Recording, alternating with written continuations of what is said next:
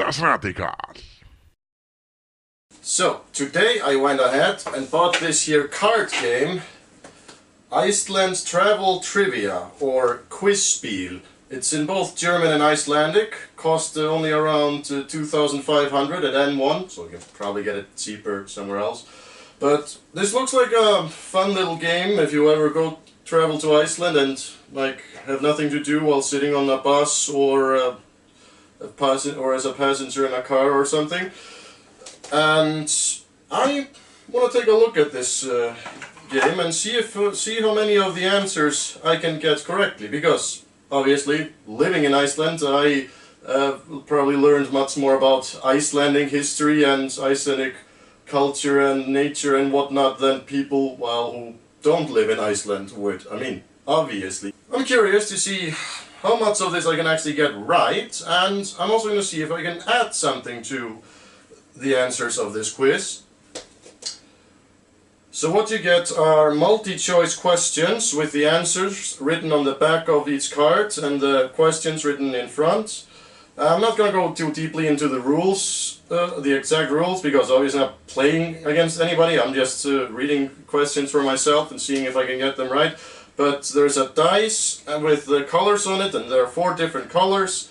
Yellow is for history questions, red is for culture related questions, green is for nature and geography, and blue is miscellaneous.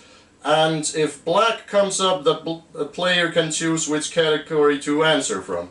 So anyway, let's give this one a try and see if this was actually a good purchase. Alright, let's try this out. Oh, black. Okay, obviously I'm gonna start with something historical. By which means was Agnes Magnúsdóttir, the last woman to be executed in Iceland, put to death in 1830? A. Decapitation. B. Hanging. C. Drowning. This was an absolute softball for me. She was decapitated. Now, I actually know this case very well because it happened not that far away from where I grew up. So I've seen both there are several farms and places in my county and the neighboring country that are related to the history of Agnes Magnúsdóttir. By the way, there are rumors that there's going to be a Hollywood movie based on this story, and there's even been rumors that Jennifer Lawrence would be playing Agnes, which would be really cool. But there is also an Icelandic movie about this, came out in 1995, I think, and was simply titled Agnes. I watched that movie when I was a kid, but I was probably a little bit too young to watch it, because I can vaguely remember there being a fairly graphic rape scene in it, as well as, you know, some pretty violent deaths, or at least one death. Agnes, along with her accomplice Friðrik, and they murdered a man named Nathan Ketilsson and also a young farm boy named Pétur. They didn't know that they thought that Nathan would be alone at the farm, and they murdered Pétur, you know, because they didn't know he was gonna be there, and you know, he was a potential witness. Actually, this story is way too complicated to me to, you know, explain in detail how this all went down, why they decided to murder them. But yeah, basically, the first question I get is something of a topic that I know a lot about. But yeah, that was the last execution in Iceland. But fun fact, the last death sentence was actually handed out in Reykjavik in 1913. However, at the time there hadn't been an execution in the Danish kingdom for more than 20 years, and basically the Danish authority, which was at the time the authority of Iceland, was thinking about, you know, just doing away with the death sentence altogether. So this woman who was sentenced to death in 1913, Silva, I believe her name was, Silva or Sylvia maybe, she was acquitted by the King of Denmark, and her sentence was reduced to life imprisonment. However, she was then released just within a few years. But she had been kept in mainly consolatory confinement in a small cell and she never recovered. And the death sentence was then officially stricken off the Icelandic law in 1928. Anyway, next question. Oh, it's black again. Let's go green. What is the name of Iceland's biggest cave? A. Raufarhólshellir, B. Víðgelmir, and C. Surtshellir. By biggest, I think they mean longest, and I'm pretty sure Surtshellir is the longest. Let's see. Okay, yeah, I got that one right. It is Surtshellir. However, Surtshellir it has several branches, like it's not one straight cave. If I remember correctly, I haven't gone to Surtshellir. I've gone to a neighboring cave, which I believe was Víðgelmir. But yeah, if you count the total amount of tunnel length, I believe Surtshellir is the longest, but I think I once heard that Víðgelmir maybe have the longest singular tunnel of any cave in Iceland, but not something I'm an expert on. To roll the dice before I'm going to answer 10 questions. Yellow, another history question. Yellow. Who was the first settler in Reykjavík? I don't even need to read this. It was Ingólfur Arnarson. Anyway, the other answers are Ragnar Lothbrok and B. Hrafnaflóki. But no, it was Ingólfur Arnarson. Ragnar Lothbrok died before Iceland was discovered by Norsemen, or before... at least he didn't make it to Iceland, but... No, wait, no, I think Ragnar died in 865, and it was around the year 850 when Nat-Oddur came to Iceland. He was the first Norseman to discover Iceland. Probably the first human being to ever set eyes on the country, but we don't know exactly. There may have been Gaelic monks who came before, but it's not known when or even if they arrived. It's subject to some dispute.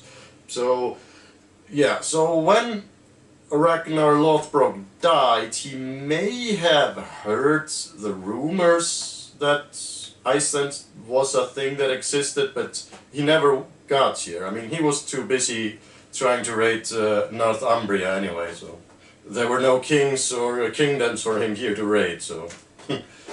Another yellow. Oh, this game is throwing me a lot of softballs.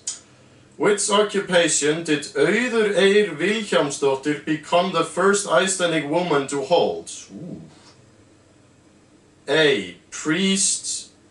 B. Teacher. C. Member of Parliament. Wow, okay. This one I really don't know. I'm guessing she was the first member of parliament, because I know for a fact that Bríet Bjarnhéðinsdóttir actually never made it to parliament. I happen to know that fact. She is a very famous Icelandic woman linked to the era of women getting the vote, but she herself never got onto parliament, if I remember correctly. Anyway. Oh wow, no, she was the first priest. Whoa! She became a priest in 1974. We didn't have women priests until 1974? Damn! I am actually shocked by this. Okay, everything negative I ever said about feminism, I take back, because there's clearly need for it. Jesus. No women priests before 1974. Quests. Oh. Well, it's black. Okay. I haven't had blue yet, so I'm gonna read a blue question. Miscellaneous. Which nationality has the highest percentage of tourists in Iceland? A. German, B. British, C. Dane. What? I was gonna guess that it was Americans, but it's apparently none of those. I'm guessing that it's Brits? Yeah, Brits. That was more of an educated guess. Blue. Another miscellaneous. Which year did a woman receive the Icelandic Sports Personality of the Year award for the first time? A. 1964, B. 1974, C. 1984. I happen to know this, but only because like 3 days ago there was an interview with said woman on the TV, or else I would not have known that it is actually 1964. Yep, and her name was Sigríður Sigurðardóttir. Handball. Oh, she was a handball player. Oh. Red. Did Nobel laureates laureate did anyway did I don't know how it's pronounced, but it basically the writer Halldór Laxness, who received the Nobel Prize in 1955, did he write plays? No, he did not, to my knowledge. Oh, he did write plays. Didn't know that. The only book by Halldór Laxness that I ever read was Sjálfstætt Fólk, or Independent People. I think that's the one he received the Nobel Prize for, but I could be mistaken on that. And I only read it because it was a reading assignment at school. Otherwise I would never for the life of me read any of his books, mainly because of the horribly written dialogue and his absolutely abhorrent writing style that I still maintain to this day is an absolute terroristic act against the Icelandic language. Another red one. Another Kami question. Who guarded the east of Iceland? A giant, B, a dragon, C, a bull. A bull. Bull? It's bull, right? Anyway, the answer is B, a dragon. The 4 protectors of Iceland, or landvættir, are, among other things, depicted on the back of every Icelandic coin of the Icelandic krona. And the legend goes that one protects each side of Iceland. The south is protected by the Iron Giant. Not that Iron Giant. No. This is serious here. We're talking mythology here. And the east, again, protected by the dragon, and there's a persistent urban legend that this dragon resides in a lake named Lögurinn, which the river Lagarfljót runs through, and it's kind of the Icelandic Loch Ness. The north is protected by, well, in the Icelandic translation it's a gammur, which technically means like vulture, but I think back then gammur simply meant giant bird of prey, so because there are no vultures in Iceland, so and as far as I know there are no vultures in the Scandinavia, so I don't know how they would get a vulture, and how a Norse mythology would have a vulture in it. But yeah, and then the west is protected by the giant bull, or griðungur. Black. I can choose whatever. I'm gonna choose green. What percentage of Iceland is categorized as highland? A, about 65%, B, about 75%, C, about 85%.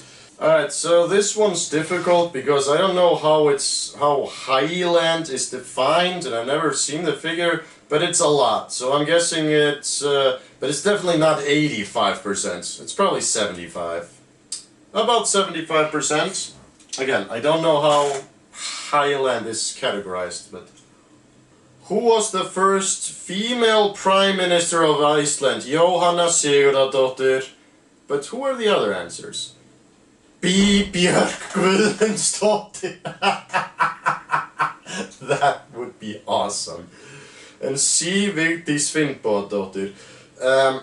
Vigdís Finnbogadóttir, she was the first female and so far only female president of Iceland. She was president from 1980 till 1996.